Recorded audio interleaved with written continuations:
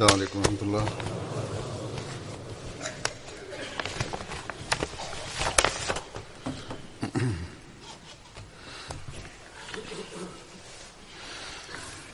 أشهد أن لا إله إلا الله وحده لا شريك له وأشهد أن محمدا عبده ورسوله أما بعد فأعوذ بالله من الشيطان الرجيم بسم الله الرحمن الرحيم الحمد لله رب العالمين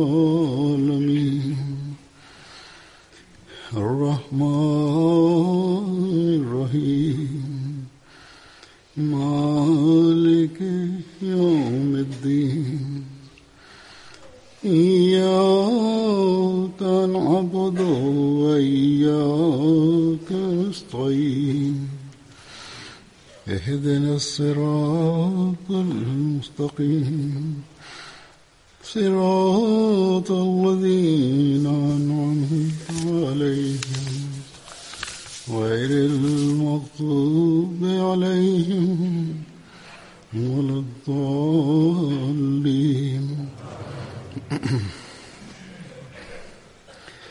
بسم الله الرحمن الرحيم آمين. تنزيل الكتاب من الله العزيز العليم غافر الذنب وقابل التوب شديد العقاب ذي الطول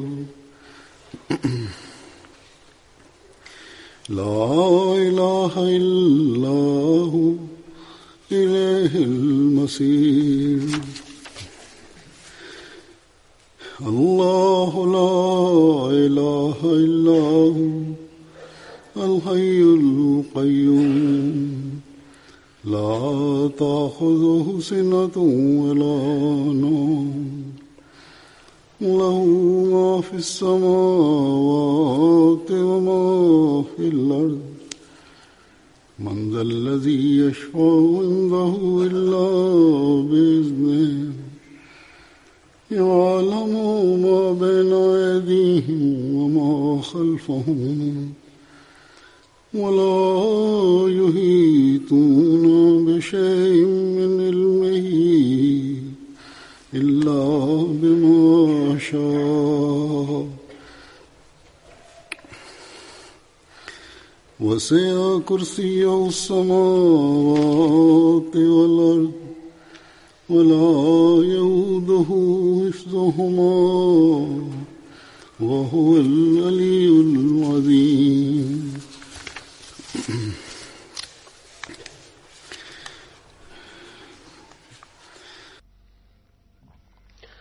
Превод за тези стихове е в името на Аллах, който е милостив и милосърдния. Той, който е много свят и много хубав Бог, тази книга, която е открита, той е от Бога, който е всемогъщ, който е всезнаещ, който прощава греховете и приема молбите за прошките, но казва много строго и много строго, няма друг Бог освен Него и всичките си се върнат към Него един ден.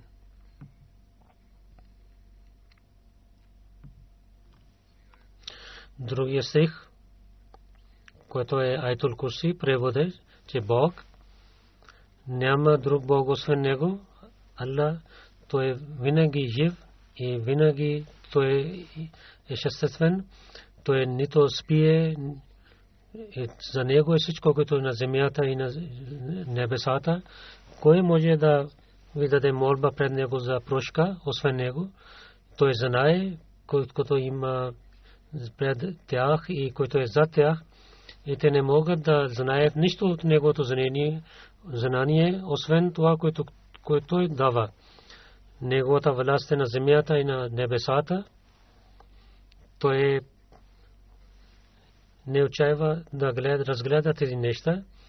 Той е велик и той е много всемогъщ. Тези стихове от главата Момин са стихове, първите 4 аят с бисмилlah. Един стих, както ви казах, то е Айтул Курси, стих Курси, който от главата Бакра.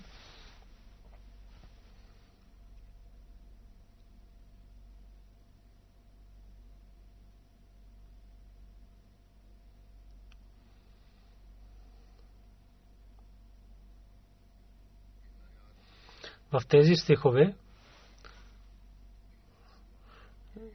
и се разказват за атрибутите на Бога, че той е велик.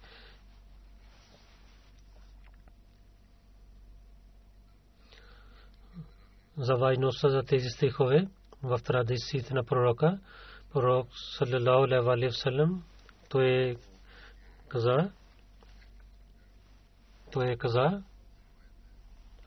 Хазрат Абу Хурайра разказва, че пророк саллалаху алейхи ва саллям каза, който сутрин рецитирал Хамим от Момин,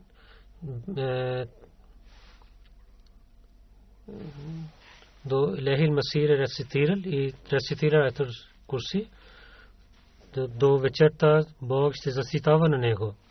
И онзи, който през нощта е рецитирал през тези стихове, до сутрин Бог ще защитава на него.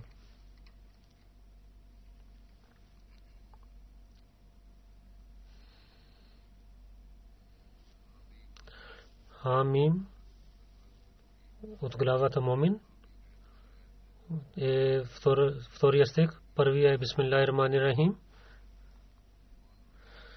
че Бог е Рахман и Рахим, милостивия, милосъдния. Хамин, те са азбуките за мукатат. И след това каза, че Хамид и Маджид, Бог е съвет. Хамид означава онзи, за който ние хвалим. И наистина истинската хвала принадлежи само на него, че Бог е само онзи, за който ние може да хвалим. Обещания Масия алейхиссалату вассалам за думата хамд разказва, каза, че трябва да е ясно, че хамд означава тази хвала, който хвалим, когато някой върши добрини. И това е такава хвала, който със своето желание да благослови.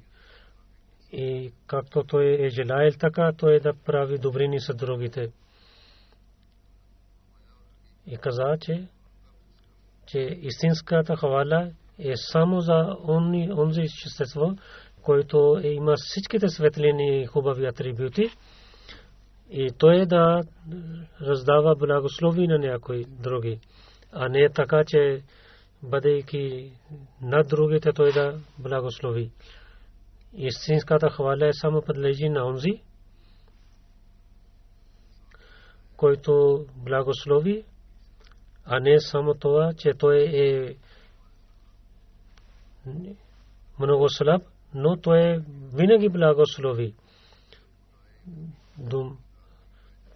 Това означава, че това хамд принадлежи само с Бога, който е първия и последния, и всичките добрини идват от него, и цялата хвала принадлежи на него в този свят и в следващия живот. И всяка хвала, който ще хвалим освен него, и те ще се връщат към него. Ако ще хвалим на някой друг, това, който те са такива, че ние да ги хвалим, или те вършиха такава добрина, че да хвалим на тях, това е с благословието на Бога. Бог е дал тази възможност на тях, че ние да хвалим на тях. думата хамд, обяснявайки повече, той каза, алейхиссалату вассалам каза, че хамд означава тази хвала, който е всемогъщ и който върши добрини, и да казваме, че той е велик и да хвалим на езика си на него. И съвършена хвала е само заради Бога. И всичките, които ние хвалим, те се ще върнат, дали са малки или повече. И онзи, който напътства на хората, и това, който тези хора, на които ние хвалим, той е създал на тях и те всичките хвалят на него.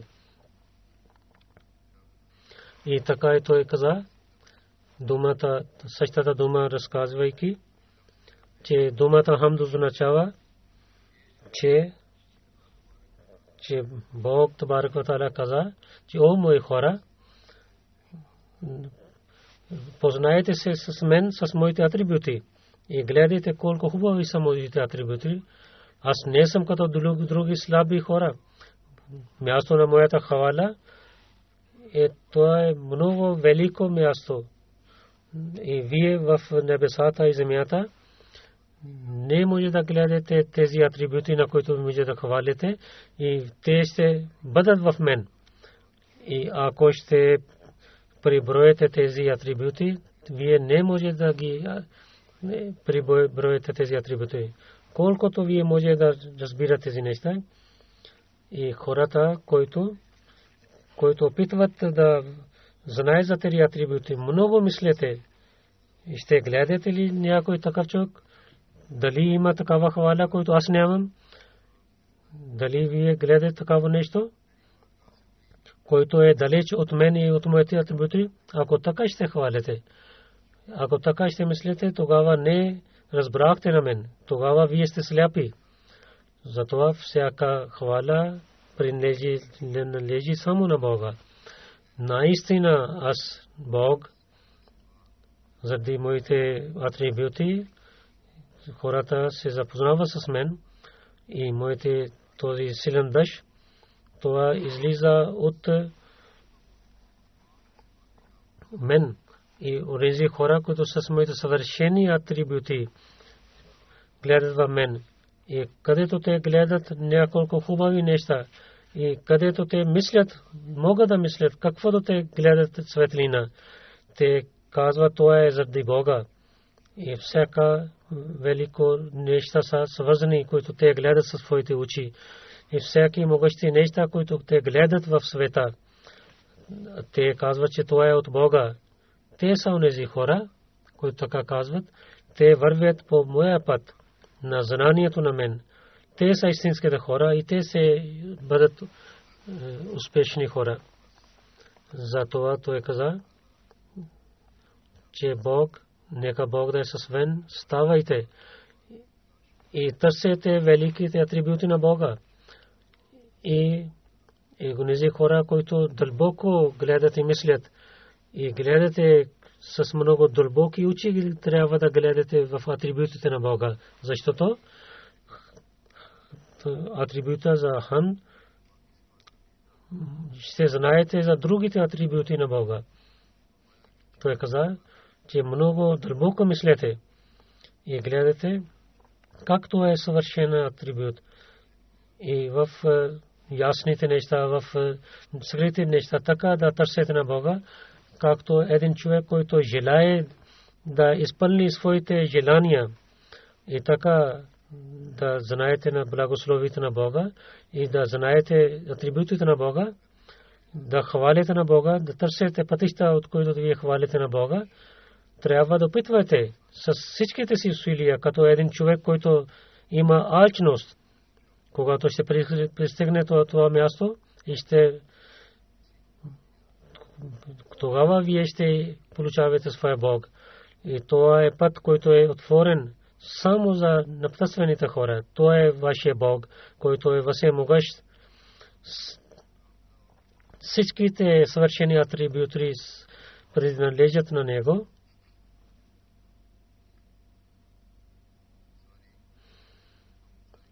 Цялата хвала, тези неща са свързани с Него. Затова Бог да станете, че ние да трябва да хвалим на нашия Бог, това ние трябва да знаем, че така ще се познаваме с другите атрибути на Бога. И тогава Бог казва, че Той е Маджид, че Той е свят. Светостта на Бога е не като ние може да казваме на хора, че Той е свят, или да казваме на големите хора, че старите хора, че Той е стар. Бог за това може да казваме, че свършена хвала принадлежи на Бога, то където другия човек не може да пристигне. Онзи, който винаги благослови, който раздава и много раздава, той не отчаива да раздава. Четейки този стих, че това означава винаги да представим тези, това значението на думата Majda. Първото думата Хамд и след това думата Маджид. И след това каза, че Той е Азиз, Той е всемогъщ. Той повече има сила от всичките силните хора. Той не може да, никой не може да дава сражение на Него. Всичките уважения принадлежат с Него. Не може да броим тези неща. Той е всесилен. Няма друг като Него. Това означава думата Азиз. И след това каза, че Той е Алим. Той знае, Той е всезнаещ. Това, който е преди вършихте, и това, който в бъдещето се вършите. Няма нищо скрито от Него. Неговото знание е съвършено знание. Това е онзи Бог, който откри тази книга, Коран, и то тази шрия. Във всяко време нуждите са изпълнени в тази книга. И всякаква защита и успех и ще има тогава, когато ще подчиняваме тази книга. И след това каза, че Той е гафризъм, Той прощава греховете. Затова пред Него се навеждайки да търсите прошка за своите грехове. Обещания Масия алейхиссалату вассалам много пъти обяснява тази тема. За своите грехове винаги трябва да търсите прошка. Той каза на един път, че човек, който има тази светлина, то е само за временна светлина. Или духовна, или за света той има светлина. Ако това да бъде свършено с него, той трябва да търси прошка от Бога, да рецитира истигфар. Пророците, които правят истигфар, за това те правят, че те знаят това, тези неща, и те имат страх, че тази светлина, която Бог е дал на тях, да не стане така, че Бог да вземе обратно от тях. Истигфар това означава, че тази светлина, която Бог е дадена от Бога, това да бъде свършено с човека. И повече да има, да получаваме повече тази светлина, да спазваме петте молитви. Намаз също е част от това, че да искаме прошка и да имаме светлина от Бога. Защото в молитвата човек търси прошка от Бога. Той търси прошка за своите слабости.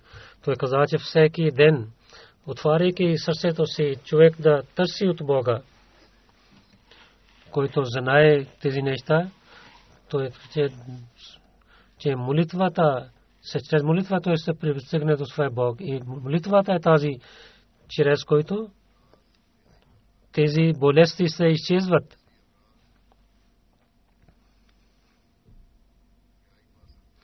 Чрез молитвата ще изчезне всичките болести. И той е да бъде свободен от тези болести. Това означава, че всичките болести, които са духовни или за тялото, се нуждае човек за молитвата, и в молитвата човек се нуждае за истигфар, и намаз също е част за тези част молитва. когато пророк саллалаху алейхи ва саллям каза, че ние трябва да спазваме намаз, а не само да рецитираме намаз, но също трябва да поправим делата си. И трябва да винаги гледаме, че как трябва да търсим прошка за греховете и как ще спазваме нашите петте молитви, че така Бог да ни защитава. Той разказвайки, обяснявайки истигфар за едно място каза, че истигфар означава, че да не вършите грехове и да нямате тази сила, чрез който вършите грехове. Че ако човек има тази сила за греховете, да няма това място и няма да има тази сила за грех. Това означава истигфар за пророците, че те са невинни хора, но за това те рецитират истигфар, че да нямат в бъдещето някаква сила, такава сила, и това означава, че онези хора, които вършиха грехове, обикновените хора, означава истигфар, че тези грехове, които те вършиха, Бог да ги пази от наказанието на тях и да прощава тези грехове. И също да ги пази от грехове в бъдещето. Това е задължително на човека, че винаги той да рецитира истигфар, който каза, че има много наказания в света, то те означават, че хора да рецитират истигфар, търсят прошка от Бога. Когато има бедствия и изпитания или има проблеми с ахмадите, където се молите, там също да рецитират истигфар. Истигфар не означава да казвате астагфирулlah, че хората не знаят истината какво означава истигфар. Арабите знаеха какво означава истигфар, но в нашата държава хората не знаят за арабски, затова не знаят какво има дълбоко в тази държава. Много хора казват, ние вършихме 100 пъти или 1000 пъти истигфар. Но ако питаме какво означава истигфар, те нищо не знаят. Се учудват какво да отговарят. Трябва човек наистина в сърцето си да търси прошка от Бога, че тези грехове и слабости, които аз върших, да няма наказание за тях. И винаги в сърцето си да търси помощ от Бога, че да върши, да дай на мен сила да върша добрини и да пази на мен от грехове. Амин. С думите няма да бъде всичко. Може да рецитирате истигфар в своя език, че о моя Бог, прощавай на мен моите грехове и пази мен в бъдещето да върша грехове и дай на мен сила да върша добрини. Това е истигфар. А да не означава, че само на арабски да казвате астагфирулlah. Ако в сърцето с истигфар, ако няма сила за плачене пред Бога и няма страх от Бога и сърцето не умеква, няма полза от. Ако трябва да има една сила в сърцето, до Бога пристига само това, което излиза от сърцето. В своя език трябва да молите пред Бога. Така това ще действа на сърцето. Език, ако с езика се рецитира, има сила в сърцето и с езика се рецитирате, това е много добре. Ако няма сила в сърцето, тогава няма да има полза. Истинските молитви излизат от сърцето. Когато човек в сърцето се моли на Бога, предварително се моли на Бога и рецитира истигфар, тогава Бог, който е милостив и милосърдния, той защитава на него тогава, когато проблемите идват в неговия живот. Преди да идват тези проблеми, трябва да се молим. Той каза, че Бог е милостив и милосърдния, той е защитава на човека от тези проблеми. Но когато тези проблеми идват, тогава те няма да бъдат изчезват. Трябва да се моляте преди тези проблеми да идват. И много рецитирате истигфар. Така Бог ще ви пази, когато идват тези проблеми. Нашия джамаат трябва да показват отлични неща от другите. Ако някой човек прави бед и той няма промяна в себе си, и той отнася със своя жена така, както преди беше, и както преди той беше със своите деца, така е сега след бейта, това не е добре. Ако той е така лош човек, като преди беше, тогава няма полза от бейт. Трябва след бейт другите и своите роднини и съседите той да показва такава промяна и пример, че те трябва да казват, че той е нов човек. Трябва да помните винаги, че когато вършите добрини, тогава ще имате сила след другите, на другите. Колко пророк Салесалам беше силен от другите. Един път неверниците и казаха, че пророк Салесалам ще се моли срещу тях. Всичките тези неверни дойдоха, че да не молите срещу нас. Истинската сила Бог показва на другите. С чистите сърца трябва да вършите добрини. И само заради Бога вършите добрини, тогава вие ще имате една сила от Бога. И това ще действа над другите. Трябва да разбирате истинското знание на истигфар. Тези молитви тогава ще помагат, когато ще вършите добрини, когато ще имате промяна в делата си. Хората казват, разказвайте някаква малка молитва, ние ще рецитирам. Тези молитви тогава ще дадат полза, когато ще изпълните задълженията си. Спазвайте молитвите си на време и спазвайте с сила и с желание да спазвате своите молитви. Тогава тези съпоменаване ще ви помагат. Така Бог казва атрибут, че той е каблит топ, приема прошката на своите хора, че за своите грехове, търсейки прошка, човек да се връща към Бога. И когато с този договор човек се връща към Бога, че аз в бъдещето няма да върша грехове и винаги ще пазя себе си от греховете, тогава Бог с тази сила и желание, онзи, който идва към него, той помага на него.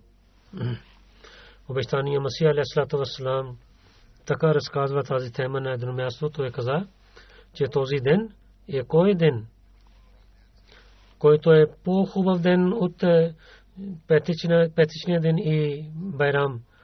Този ден, когато човек търси прошка, който е най-хубавият ден, и то е много голям Байрам за него, защото в този ден всичките тези грехове, чрез които той ще може да влиза в ада и той да получава наказанието Бога, тогава Бог изчисти тези, Бог прощава на него в този ден.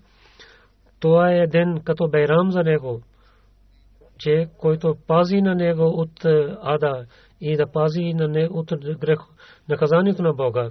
Онзи човек, който преди вършеше грехове и беше далеч от Бога и можеше да получава наказанието от Бога, сега той се приближава до него и ще бъде далеч, оставен далеч от ада, както Бог каза: инна Аллах юхиббу таввабина ва юхиббул мутатахирин.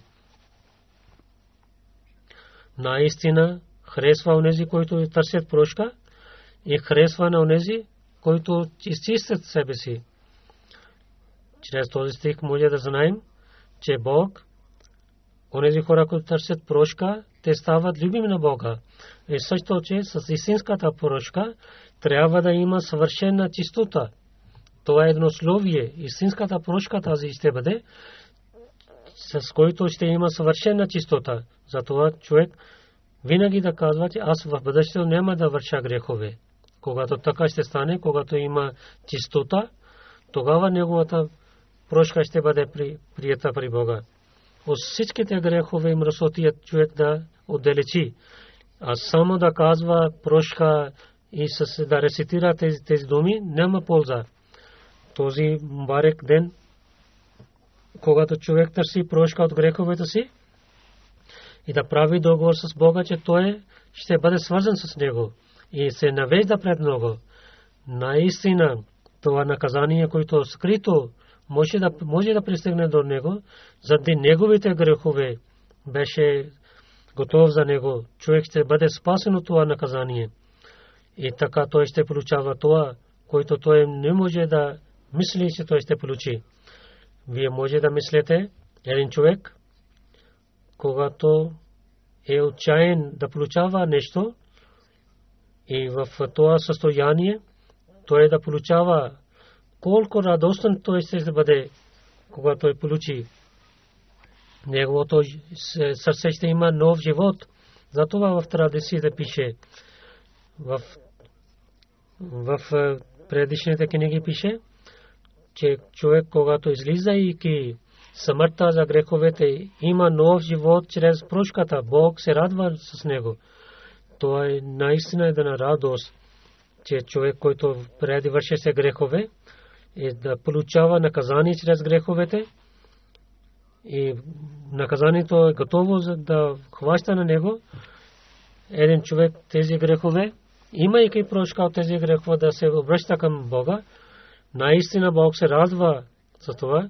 И на небесето ангелите също се радват. Ангелите и Бог не иска. Бог не иска, че някой човек да получава наказание, ако той е вършил някакви грехове.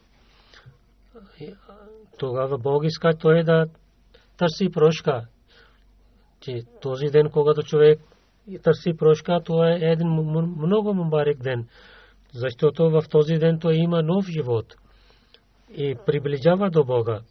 И така този ден, в който много от вас правиха договор, че в деня на бета, че аз търся прошка за моите всичките грехове. Колкото има знания, ще пазя себе си от грехове с договора на Бога, обещанието на Бога, че всеки човек, който прави прошка от сърцето си, Бог ще прощава на него всичките грехове. Може да казваме, че той не е вършил никакви грехове, но пак ви казвам, че това е условие за че истинската чистота трябва да напредвате. Само с думите да изтърсете прошка няма полза, но трябва да върши добрини. Това не е малко нещо Бог да прощава на някой човек. Това е много велико нещо. Той каза, че вижте, ако някой човек върши някакъв грех, то хората имат враждебността до много потомства, че хората търсят, че да вземат, да наказват на него. Но Бог е много милостив и милосърден. Той няма строго сърце, че той не може да прощава до много потомства и да наказва. Този милостив и милосърден Бога, той, ако човек е вършил в 70 години грехове, може да този Бог да го прощава само с една дума. Наистина това е много полза от Бога за него. Онези хора чувстват това, които са истинските сърца търсят прошка. Това е истинската прошка. И така това защитава на човека. Ако няма това, тогава Бог казва, трябва да помнете, че той може да наказва силно. Че ако човек не гледа към заповедите на Бога, тогава Бог може да наказва на него. Той каза, той е зитол. Той много раздава. Той дава много ползи, благослови. Няма край на неговите благослови. Той е възсилен, той е всемогъщ, той може да раздава всичките. Неговите имущества не може човек да брои. Защото Бог казва,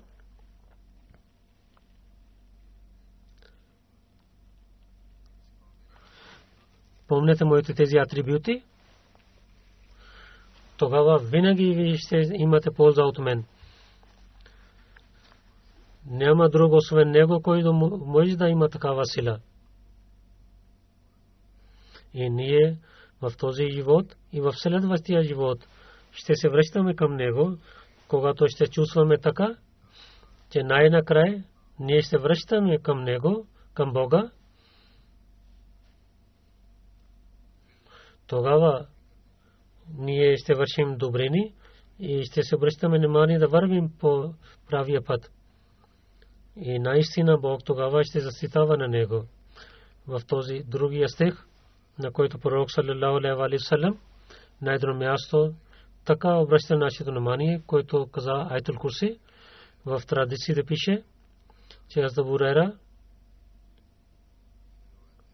има тази традиция, че пророк саллаллаху алейхи ва саллям каза, че има велико място за всеки нещо и велико място за Корана е сура Бакра, главата Бакра, и има един стих, който е най-великият стих, това е Аятул Курси. Обяснение това обещание Масих алейхи салату ва салам каза, че онзи Бог няма друг Бог освен него. Той е живот на всичките живи неща, той помага на всичките. Това означава, че жив е онзи Бог, е силен е онзи Бог, когато той е само жив и той е съществен. Тогава това е ясно, че всеки човек, който е жив освен него, той е жив чрез него. И това, който е на земята и в небесето, те всичките същества са свързани с него. Обяснявайки това каза, че трябва да помнете, знаете, че Бог каза две имена в Корана, Ал-Хай и Ал-Кайюм. Ал-Хай означава, че Бог е жив и той раздава живот на другите. Ал-Кайюм, че той е съществен и дава живот на другите. И живот съкрито или ясно са свързани с тези две атрибути. Ал-Хай означава трябва да молим на него. Ал-Хайюл Кайюм, Ал-Хай означава, че ние да се молим на него. В главата Фатиха Ияка набуду, Ал-Кайюм, че ние да търсим неговата помощ, който в главата Фатиха Ияка настаин, че ако искаме живот, тогава трябва да имаме полза от атрибутите Хай, тогава трябва да се молим, да служим пред него и да търсим помощ от него, че той да ни даде сила да молим на него. Ал-Хай означава, че той е създал на нас и не е изоставил след създаването на нас. Един човек, който построи една сграда, че един човек, който съгради една сграда, ако той ще има смърт, няма да това действа на сградата. Но човек се нуждае на Бога си. Това нужда има винаги свързана с него.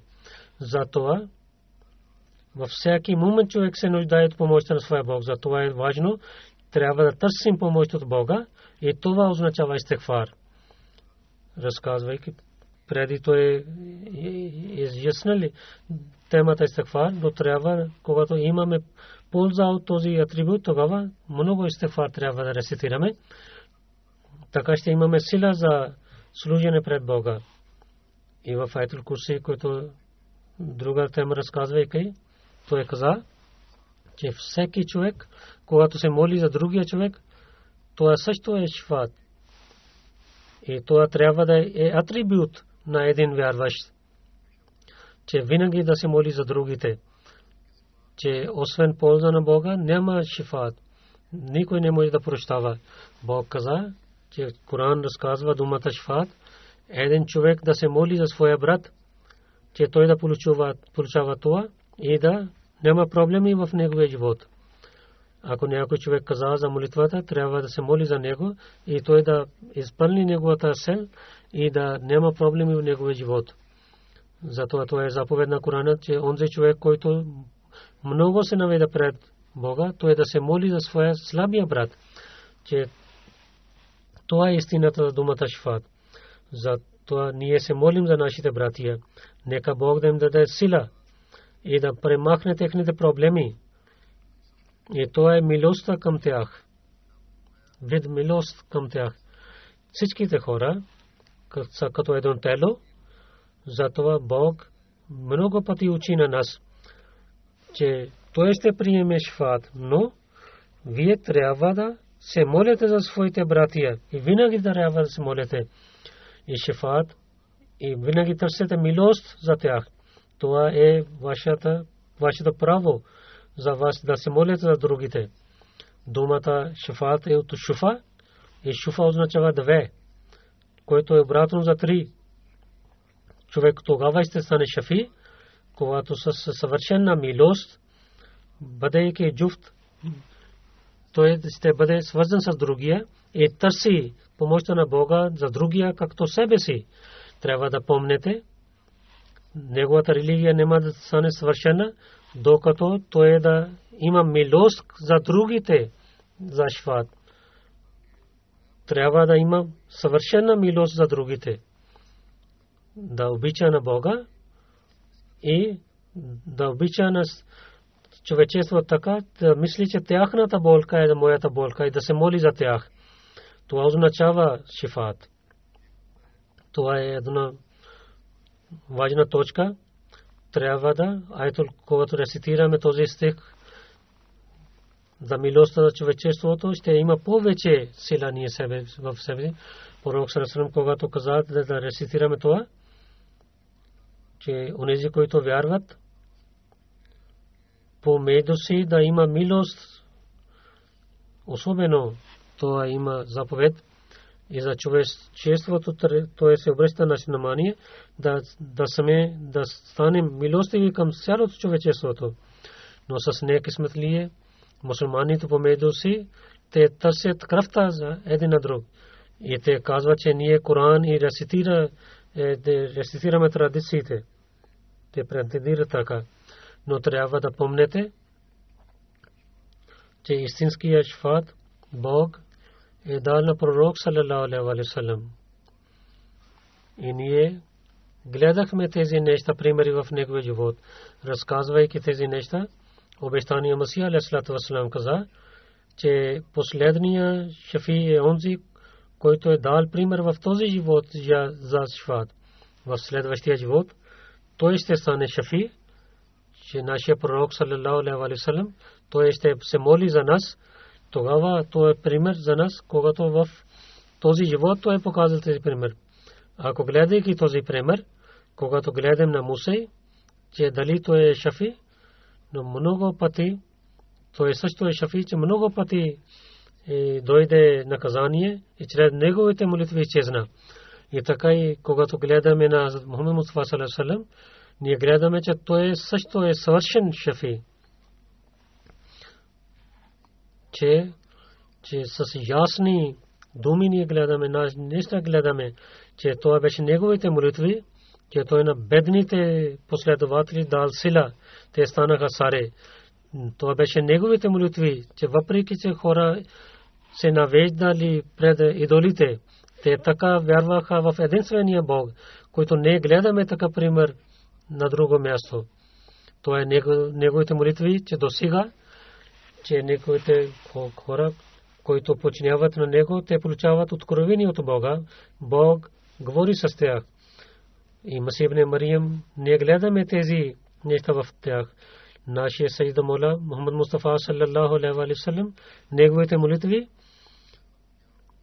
са свършени молитви, че ние чрез него каквото получаваме, нашите врагове не могат да получават. Ако те ще гледат това, в няколко думи, едините ще гледат, че Бог е с нас. Най-накрая в Аятул Курси две атрибути пише: Али, че той е велик и никой друг не е велик от него. Той е всемогъщ на земята и небесата, че той е толкова велик, другия не може да пристигне до там. Че неговата атрибут показва, че той е всемогъщ, всичките неща са под неговата мощ. Той е велик, той е Али. Алазим, това означава, че той е Азим, това означава, че той е много велик и всемогъщ. Това също означава, че той е всемогъщ. Нищо не е излязъл от неговата сила. Това означава, че той е велик. Разказвайки последния част на този стих, обещания Масих алейхи салам каза, че Курси означава стора на Бога.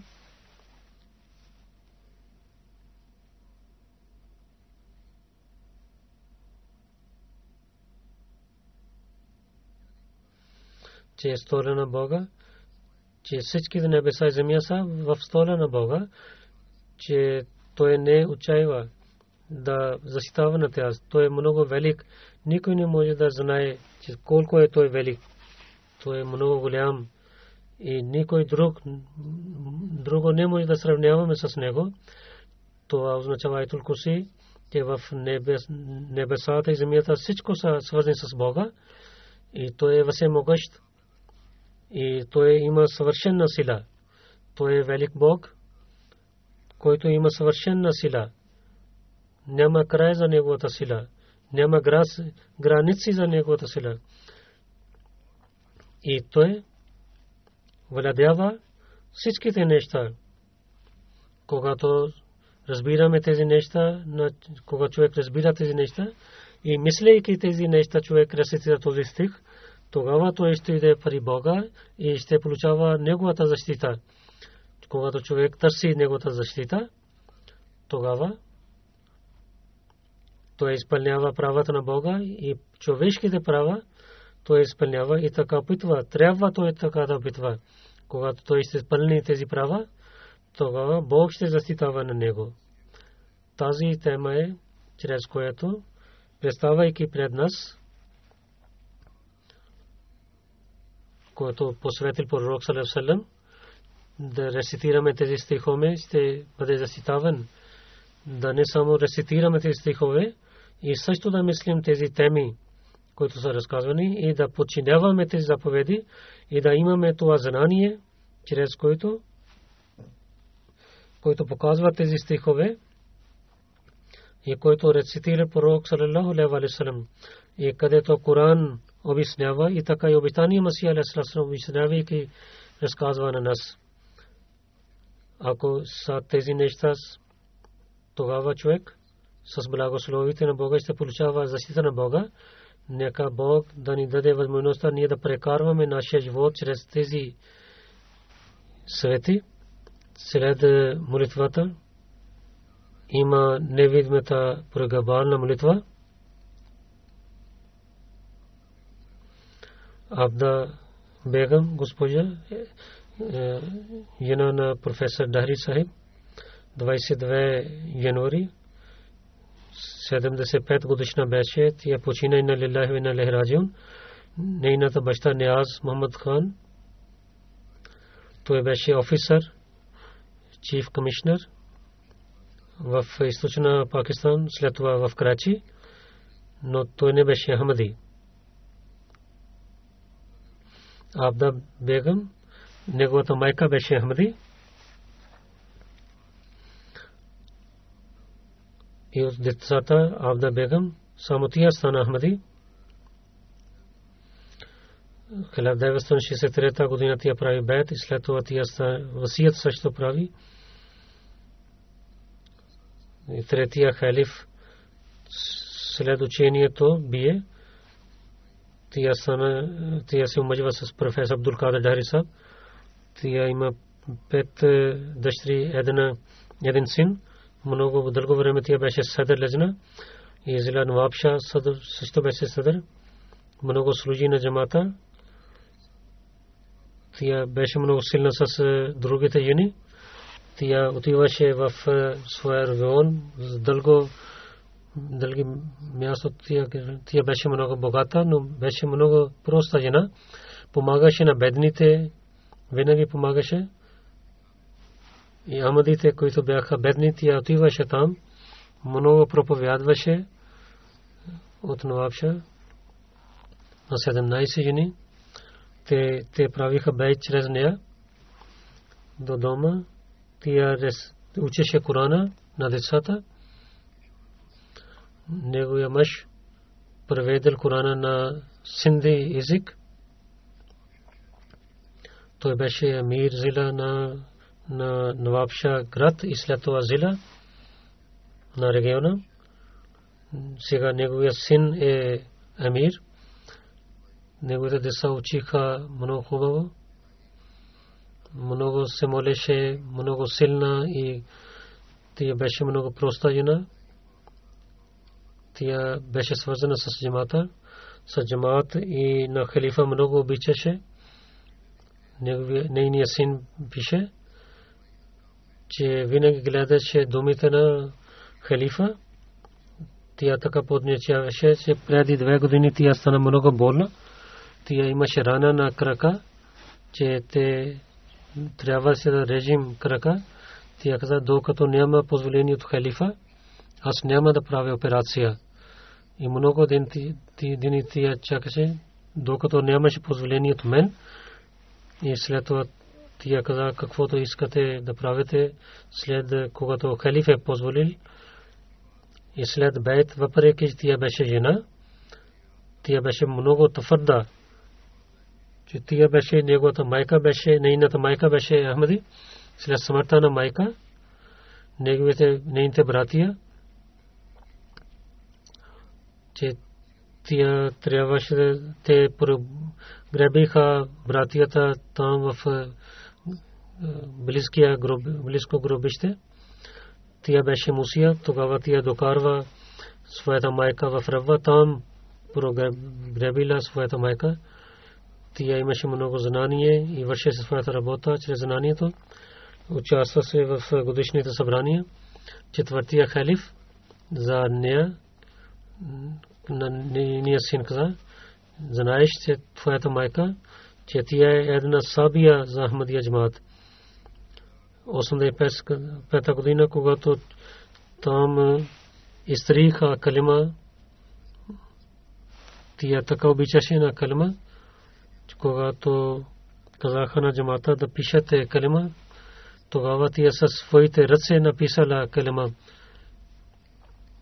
Тя беше жена, друга такава семейство беше, че те много дават внимание на тези неща.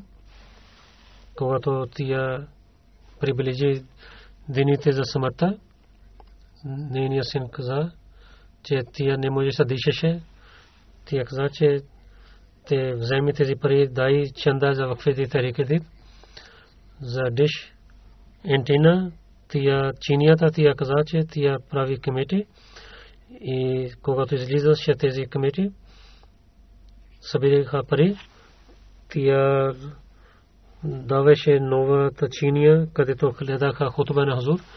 Неговия зет Мирза Асан Номан в Австралия, той е генерал секретар. Той тя беше много силна, имаше много кураж, даваше много жертви за Ахмадия, рецитираше Корана и спазваше своите молитви.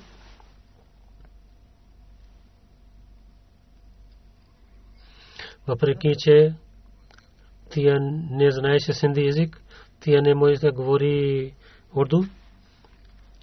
Тя беше в източния Пакистан. Тя учила в английските училища, но след сватбата тя стана местна жена и бъдейки там тя учи синди език и така не Ахмади синди родни тя проповядваше.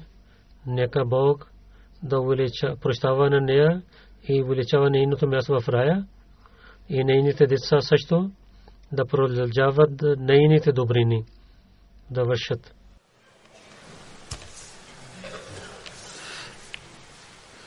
Alhamdulillah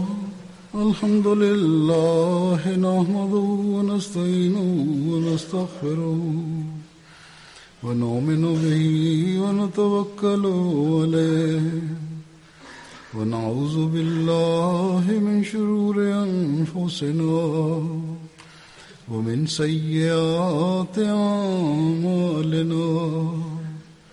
من يهده الله فلا مضل له ومن يضلل فلا هادي له ونشهد أن لا إله إلا الله ونشهد أن محمدا عبده ورسوله. عباد الله رحمكم الله إن الله يأمر بالعدل والإحسان وإيتاء ذي القربى وينهى عن الفحشاء والمنكر والبغي يعظكم لعلكم تذكرون اذكروا الله يذكركم وادعوه يستجب لكم ولذكر الله أكبر